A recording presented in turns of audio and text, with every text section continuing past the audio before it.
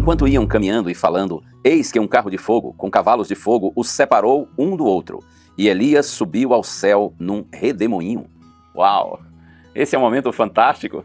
Elias foi um notável homem de Deus. No entanto, como todo ser humano, também teve seus momentos de tristeza e de desânimo. Lembra da história dele? Ao ser perseguido por ser um profeta, ele ficou tão desanimado que ele orou pedindo a Deus para morrer. Em algum momento você já ficou assim também, tão abatido, que preferiu a morte à vida? Esse era o sentimento de Elias naquele momento. Mas ele orou a Deus. Ora que melhora. E Deus agiu. Deus ouviu sua oração e o confortou, o orientou e o motivou. E Elias seguiu. Cumpriu o seu ministério. Depois desse momento de desânimo, o seu ministério tornou-se ainda mais forte, mais efetivo, mais profícuo. Finalmente, ele foi levado para o céu, porque ele perseverou em seguir o Senhor. E esse aqui é um momento extraordinário, né? Quando a Bíblia diz que Elias estava caminhando junto com Eliseu, quando um carro de fogo com cavalos de fogo. Evidentemente que aqui é uma referência a poderosos anjos de Deus, anjos gloriosos, iluminados, que vieram buscar o servo do Senhor, para que ele fosse levado vivo para o céu, para que ele não passasse pela morte. E Elias subiu ao céu num redemoinho.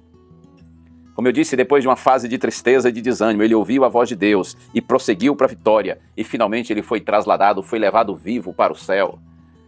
Interessante que quando Jesus estava para morrer, pouco antes de passar pela experiência da cruz, a Bíblia diz que Moisés e Elias se encontraram com Cristo no alto de um monte.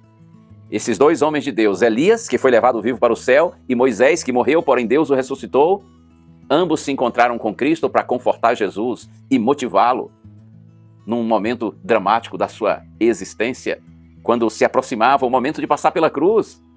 Incrível pensar que todos aqueles que são fiéis a Deus um dia também serão levados para a eterna presença do Senhor. Aqueles que, como Moisés, viveram e morreram confiantes em Cristo, serão ressuscitados quando Jesus voltar. E aqueles que, assim como Elias, permanecerem fiéis e vivos até a volta do Senhor, vivos serão levados para o céu, transformados, como diz o apóstolo Paulo, e levados para a eterna presença do Senhor. Eu amo primeira carta de Paulo aos Tessalonicenses, capítulo 4. Se você não conhece esse texto, leia com carinho, marque na sua Bíblia.